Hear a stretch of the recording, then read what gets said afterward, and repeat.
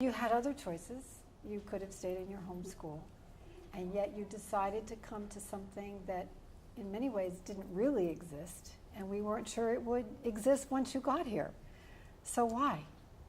Fortunately, I don't think most of us knew it might not exist after the first year when we came here. Yes. Okay. So a lot of it had to do with just making the decisions about it. Would IMSA be the right place for the 3 years? And I know I still remember sitting with my parents in our basement, and we had a big whiteboard there, and my dad had come up with some columns of pros and cons, and really trying to weigh out between coming to IMSA and staying at my home school. And I still remember the list of pros included such, in-depth things that a 13 or 14-year-old thinks of, such as swimming pool. Oh, okay. And the cons include in-depth things like cafeteria food. It's funny, when you're that young, you don't necessarily think through what this is going to mean for the rest of your future. All you know is, well, it's supposed to be a better school that they're trying to build, more of a focus on math and science so that we can go as far as we want. And they have 3 gyms and a swimming pool. Why did you come? I think for me, I always had just a thirst for knowledge and learning. And I was a geek, so I was like, oh, math and science school, sign me up. So it really was just the opportunity. I mean, it really, in no way, in a way, there was no choice. It was like when I first heard about IMSA, I was like, I have to go there. So what do you remember? I mean, from the beginning, yeah. I remember walking in and thinking that I was probably the last person accepted into the class. You and everybody else thought the same because thing. everyone seemed so amazing, and it was just very intimidating. And I think one of the earliest memories I also have was of, there was a field trip going to cemeteries. Do you remember that? Oh, Bernie Hollister, Bernie Hollister, right? yeah. And he ran these field trips out to cemeteries, and I remember Graceland, yep, right? Something like that. Something about running for student council or something around that time. I'd lost my petition sheet. I was away from home, and I just sat there and cried on the bus all the way to the cemetery and back, just feeling like, what have I done? I gave up everything that I had at home. I may not even be on student council here, and I'm definitely not the smartest person here. And wandering around the cemeteries, and it's just the atmosphere and the ambiance of all of that. Wow. You just never know, and IMSA's hard for a lot of kids when they're first moving away from home and realizing that there's a big world out there, and it's a tough transition. But I'm still convinced that the earlier and younger you learn that there's a big world with lots of amazing and brilliant people, the better off you are. It really is the core, IMSA, a pioneering educational community. I think that summed it up better than anything else. I mean, we were pioneering. I mean, everything was new. Everything from the teaching, the support staff, the students, how we would collectively create this curriculum, create this, what really just became a community. And it really is that sort of communal intimacy, for lack of a better term, that I really look most fondly upon. I mean, just the support at every level, from the peers to the counselors to the teachers, all really actively engaged, and that sense of active engagement, accountability, but also true passion in learning. I mean, if you look back and try to restrict yourself to the pedagogy, to education, to or intellectual excitement that stirred you, is there any one thing that you could remember that stood out? It was the sense of teaching ourselves and teaching each other. Yep. And there were 2 examples I have of that. One was in the English classes when we performed The Tempest as part of class, of actually working our way through literature, working our way through these difficult texts, and actually having to produce this and act in it. And it wasn't as part of class time. It wasn't drama club after school. It was something that everyone was expected to be able to do. And I remember going from that to then having to write our own skits for the Elizabethan world picture. And I still know the Elizabethan worldview better than some of the modern ones. Because of that experience and being Vanna White and talking about how the planets moved and what was going on. And the other one was in Sue Eden's calculus class.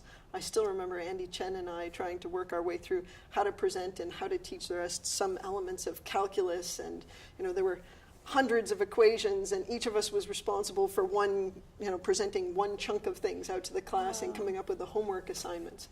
And having to understand something well enough to teach other people just really stood out, and it's something that I've used in other educational work that I've done since then. I find I learn a lot better when I actually have to teach other people about it. And you don't get that chance a lot in regular schools. Right. my two stories stem from the same, core thing I took away from an educational perspective, and that was a sense of empowerment that you had at IMSA, like the sense that you could take responsibility for your own education. Because you go up all through school, it's very formal, and it's pretty much you're there as a receptor. Right, yeah. But the two examples was, one was in Bernie Hollister's class, and we're like going through the textbook, and he just sort of, I don't know if he just dropped it or, Sounds like Bernie. and he just said, you can learn all the facts that you want. I mean, and you could just see like this frustration on his face. And really what he kind of told us was, you can pick up any book, you can learn it. But we're going to take a different approach. And the thing I really took away from that was, it isn't really learning about the facts and the figures. It's about learning how to learn. And that was really one of the key things that IMSA taught us. It was like in Joe Meyer, like in the physics class, he would say, we come to class in the morning, he'd say, if you think you know the material, you can go. And it was like mind-blowing. It was like, what? And did people leave? Yeah. They did. Yeah, I mean, Okay. and the sense that Yeah, that well, the that's instructor great. would trust the students to be like, hey, if you think you know this, and really that sense of the teacher really as a mentor or facilitator, as opposed to a single wellspring of knowledge. I still remember also some of the commitment to ethics and the fact that teachers really respected where students were coming from. And I remember in Dr. Pine's biology class, there were a couple of the students, I think Sarah Yates was one, I can't remember if Corinne was the other. They didn't want to do the dissection lab because they didn't believe in doing, I think it was the fetal pig dissection. Yes. And he had found a roadkill raccoon. Right. And he prepped it for them and worked through that lab with them on that, respecting their own beliefs and ethics around how to work with animals and what was acceptable or not. And the fact that a teacher would go out of his way, do extra work, Yep. and work with them from where they were coming from, I still remember that now. It wasn't in my class, That's it wasn't so me that had that interesting. experience, but Yeah. I have a lot of respect for teachers who will Yeah. do that. You learn from one another. Yeah. That's a technical subject now. Peer instruction. Right. It's Peer got a tutoring, following. right. It probably has a procedure of how to do this. I don't know.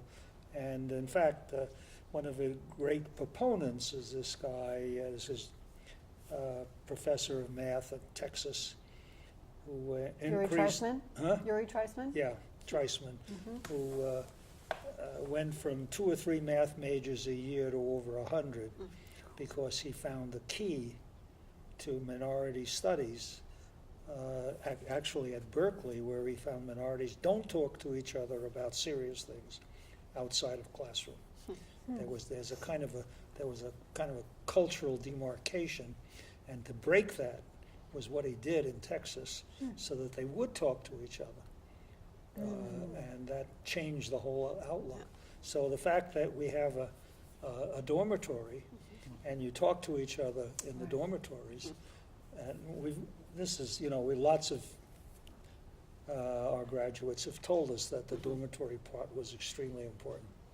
That you learn from one another. I think one of the interesting things for the charter class was that sense of there was no division between home and school was reinforced even more by living in the academic building. Right. This was everything. There was no difference between what you did from 8 o'clock in the morning to 4 in the afternoon than what you did from 4 in the afternoon back to 8 o'clock in the morning. It was all just life and learning mixed together.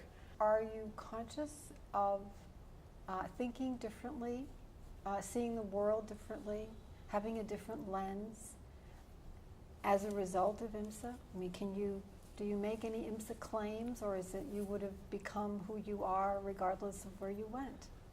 This is all a gift that you have received, and you did nothing to earn this, and you need to be able to pay people back from doing this and share it with others. Wow. Capture that spark with this community, and at that age, where you get your first glimpse as to who you can be. And to be able to match that then with a community and a structure where then you're empowered and you have the tools to actually go forth and do that is such a gift. It's like, it's something I thought about when I was working on the convocation speech from a few years ago. Right. And the message that I told the students was, use this opportunity to explore your potential. I didn't want to say, push your potential, because at that age you don't really know, but it's all Exactly. about the opportunity to explore. Because I think the difference between, say, IMSA and, say, the college experience was, IMSA was about exploring your potential. While college was much more like exploring how much you could endure. But there's no way I'd be the same person or would think the same way if not for IMSA. Yeah. Thank you. You now have other teaching experiences. Do you use, or could you find ways in which we could encourage the student-to-student interactions I even more efficiently or dramatically than your experience? as Dr. Marshall knows, my big push is linking up IMSA students with students from around the world more and getting them to work on That's real our commitment world too, is projects international, together. right. I think that's the direction that we need to be going, that there are amazing and incredible young people around the world who are confronting serious problems. They don't have time in many countries to go through and study and get PhDs and wait until they're 35 to make an impact on their countries and communities. And if we can link up IMSA students to them so that they can work as teams on addressing these challenges, I think it's an amazing opportunity. And problem-based learning is a perfect form, Yep. perfect But container for that. you know, IMSA, the IMSA thing, whatever it is, could also be used as dramatically, let's say, in Chicago, in a city where you have a big choice of ethnicities, Yep. or in other parts of the country, like people who live in strange places like Massachusetts. Well, yeah, I think You know, part big of it, cultural Yeah. contrast.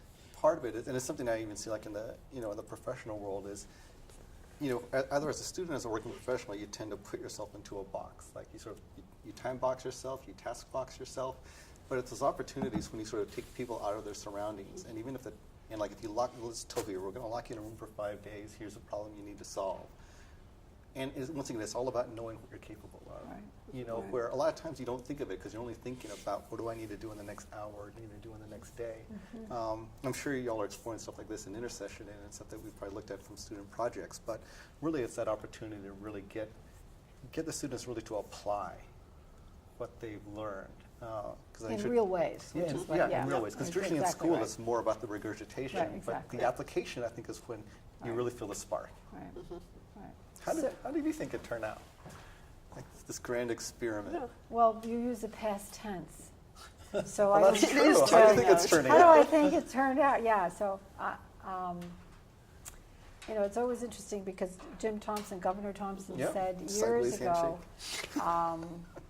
to both of us, I think, it exceeded my wildest expectations. And the little voice inside my head said, well, it hasn't even come close to mine yet. So I think, for me, everything in our lives is sort of an unfolding narrative and story. And I think the storyline has been consistent and has great integrity.